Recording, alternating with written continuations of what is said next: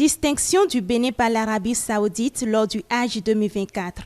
La Fondation Maleh Rossou s'en réjouit. C'était à l'occasion d'une conférence de presse organisée ce 1er juillet en présence des alphas, imams, dignitaires et membres de la Fondation. Après un remerciement à Allah, à travers la lecture du Coran, la Fondation a remercié les efforts du gouvernement dans le cadre de la bonne organisation du pèlerinage édition 2024 et d'autres actions dont elle a bénéficié. Nous avons eu le bonheur à la Fondation Maleh Rossou de visiter le vendredi 31 mai 2024 la zone industrielle Bolo-Djibé, GDIZ.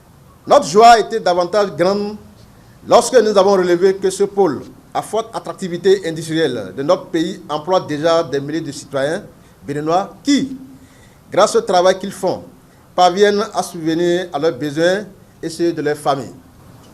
Notre pays, le Bénin, a été distingué par le Royaume d'Arabie Saoudite en recevant le 2e prix décerné au pays et réaliser une bonne performance de satisfaction des pèlerins quant aux services fournis. C'est donc le lieu de nous dire grand merci au président de la République, son Excellence Monsieur le Président Talon, grâce à qui, depuis quelques années, les difficultés auxquelles étaient jadis confrontés les pèlerins sont totalement conjuguées au passé. Le comité d'organisation, l'Union islamique, les sociétés agréées ont tenu plusieurs séances pour qu'il n'y ait pas de dérapage, aussi bien pendant la période préparatoire que lors du déroulement du Hajj. Et c'est ce qui s'est bien passé. Il faudrait dire aussi que ce site, c'est en quelque sorte un site où nous fonctionnons avec la plus grande rigueur.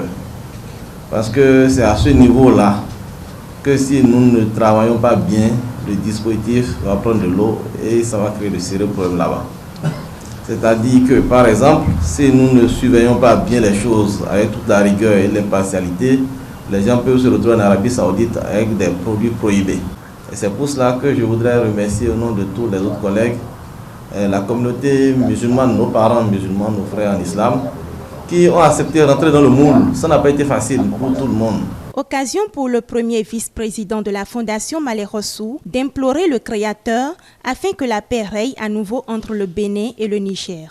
Je demande à Dieu, le Tout-Puissant, le Tout-Miséricordieux, d'éclairer nos politiciens de tous bords pour qu'ils reviennent à la raison et s'assoient pour s'entendre et pour se comprendre pour le meilleur de nos peuples. Et quant aux autres, on doit prier tous pour que la réconciliation revienne entre le Bénin et le Niger. Il est à noter que parmi les 1301 morts au Hajj 2024, un Béninois en fait partie.